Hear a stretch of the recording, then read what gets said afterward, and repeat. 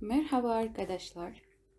Bugün sizlerge özümнің қалай түркше tez, оңай үйренетінімді көрсеткім келеді. Басынан бастайын. Алфавиттен, яғни егер қызық болмаса, кейін видеоны алфавитті білетін болсаңыз, сырғытып, келесі қалаған жеріңізден қарап үйрене беруіңізге болады. Біріншіден, енді алфавит білмейтіндер үшін алфавиттен бастап кеткім келеді. Бізде мұнда қарап тұрғаныңыздай алфавиттер тізімі берілген. Бұны қазір жеке-жеке оқып көрсетеміз. Қасындамын транскрипция деген жерде оқылу айтылып тұр. Ал мынау біздің өзіміздің кәдімгі күнделікті өмірде қолданылған әріп ретінде қысқаша түрде оқуымызға болады. Мұнда да бұл түрікше жазылу үлгісі көрсетілген, мына жерден қарап. Әрі қарай үйрене береміз. Біріншісі А. Міне бұл түрікше жазылу осы. Ағылшыншадағыдай ға ұқсайды. Оқылуы да жай ғана. Мына жерде оқылуының түрі орыс тілінде түсіндіріліп берілген. Егер көбінесе мен өзім қолданбаймын бұндай түсіндірмелерді, тек қана кейбір әріптер қиын болған жағдайда ғана түсіндірмесіне қараймын кішкене. Б. Бұл Ж. Бізде Ж деген әріп жоқ, жалпы орыс тіліндегісін көрсетіліп тұр ғой. Ж деп оқылады. Бұл Ч. Құйрығы бар. Ч деп оқылады. Келесіде сөздер арқылы бірге оқимыз. Д. Бұл Д. Біз Д, Ч, Б деген сияқты ғой. Е. Орыстар әнді, орысша кішкене түрікше сөйлейтін орыстарды көргенде өзіңіз байқайсыз. Бұл кәдімгі Е. Біздегі Е. Бұл Ф деп оқылады. Ф. Ағылшыншада да Ф осы. Г.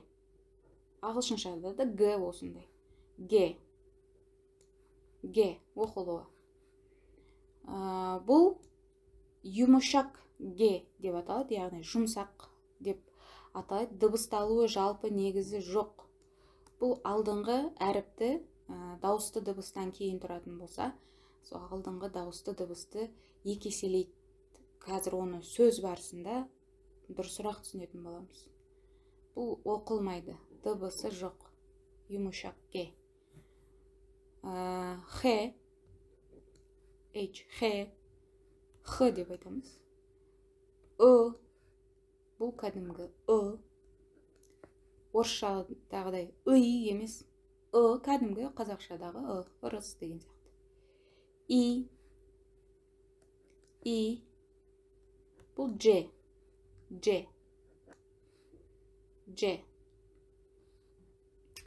К. Бұл К. Біздің К жалпы.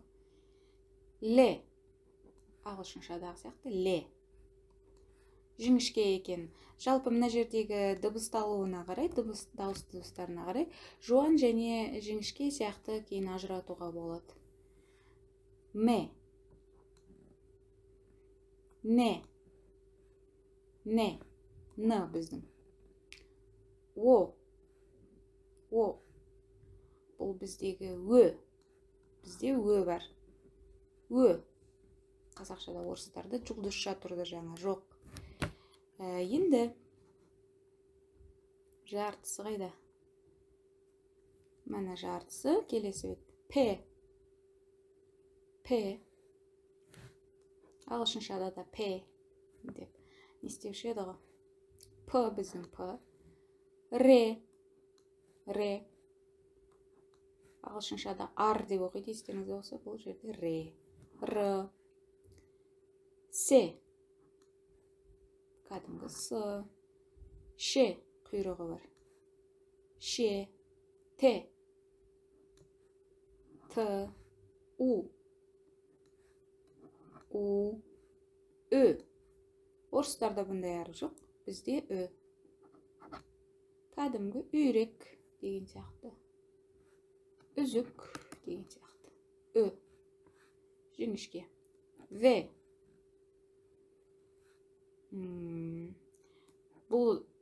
деп оқылады негізі. Мында ие деп жазып қойған. Е деп оқылады. Кәдімгі ие. Е. З бұл з. З. Зере дейді. З. Енді жалпы мына жерде көрсетіп қойған. Түрік тілінде 29 әріп бар.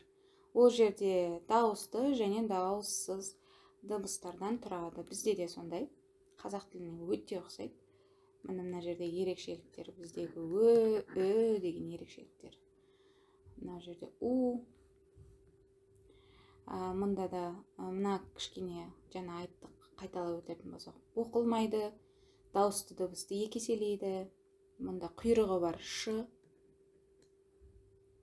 Мұнда құйрығы бар ч. Чечен деген дейді. Человек ч. Және қандай бір не бар еді? Мына с деген әріп кішкене ерекшеленеді. Бұл кәдімгі дж. Джемаль. Джем дегендегіде. Енді астына қарайық. Астында не дейді бізде?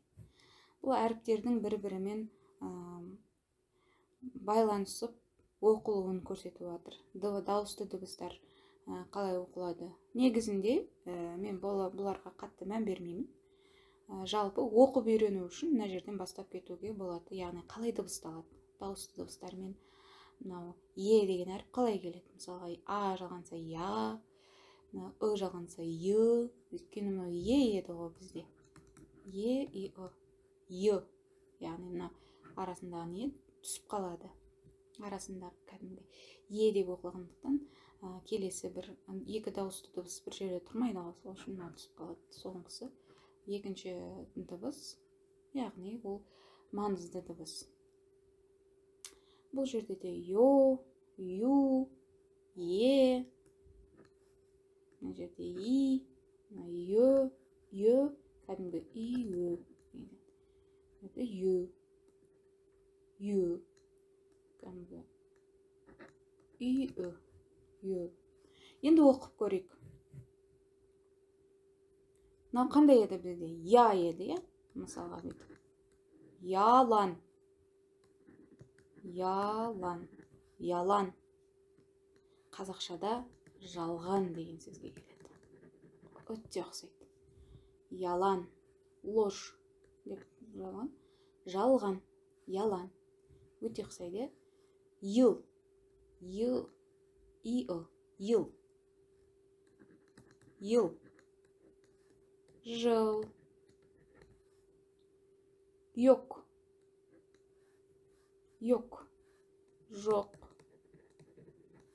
Юдум. Юдум. Юдум. Жұтым. Бізде бір жұтым су. Емек. Емек. Емек. Емек деген жеу деген сөзден шыққан сияқты. Яғни тамақ. Енді жемшөп дейміз бе, или қалай? Емек, жеу. Тамақ, жеу. Ерми. Ерми.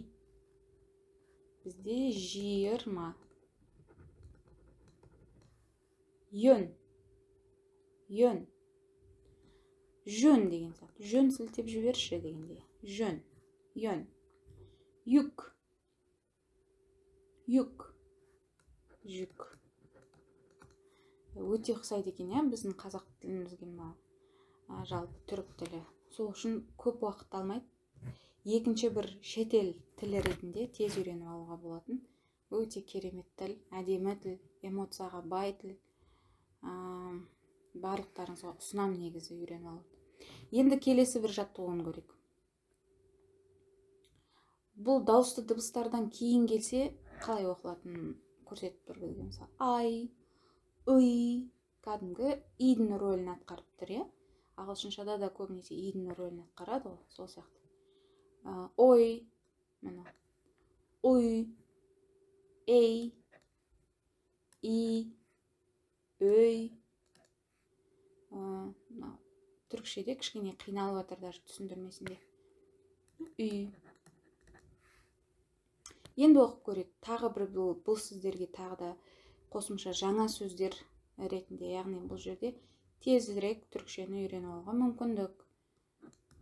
Айна. Бірінші сөз. Айна. Жазылмай қалып отыр. Айна. Солай оқылады. Айна. Бізде айна. Зеркало деп қойған. Кыйма. Кыйма.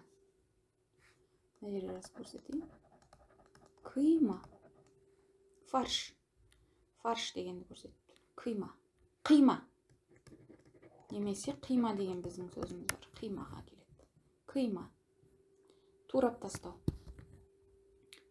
Кой. Кой. Коябилирсің деген сөз бар, яғни қой деген сияқты. Жалпы мына жерде тағы да қосымша бір переводтарын берген. Бухта, залив дегендерді қой деп айтады. Мұнда хуй. Хуйы yok.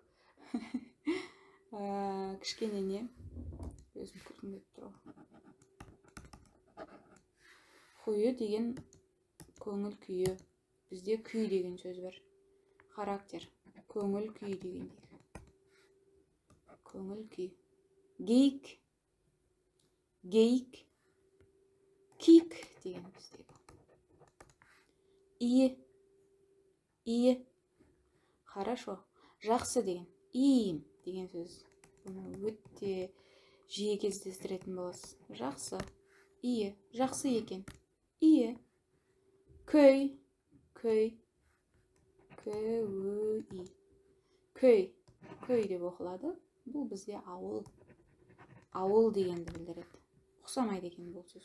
Көй, ауыл. Түй. Шерсть, жүн. Түй. Бұл да ұқсамайды екен бізге. Енді келесі мынау дауысты дыбыстармендегі жуан деп түсіндірмелі сөздерін айтып кеткен. Және мынау ударение деген нәрседе маңызды. Негіз кез келген тіл үйренген кезде ударенияға да мән берген өте дұрыс. Себебі буынға бөлу арқылы анықтайсыз, бізде қазақшада да. Ударение бойынша сабақ келесі видеоларда көрсетілетін болады. Бай-бай.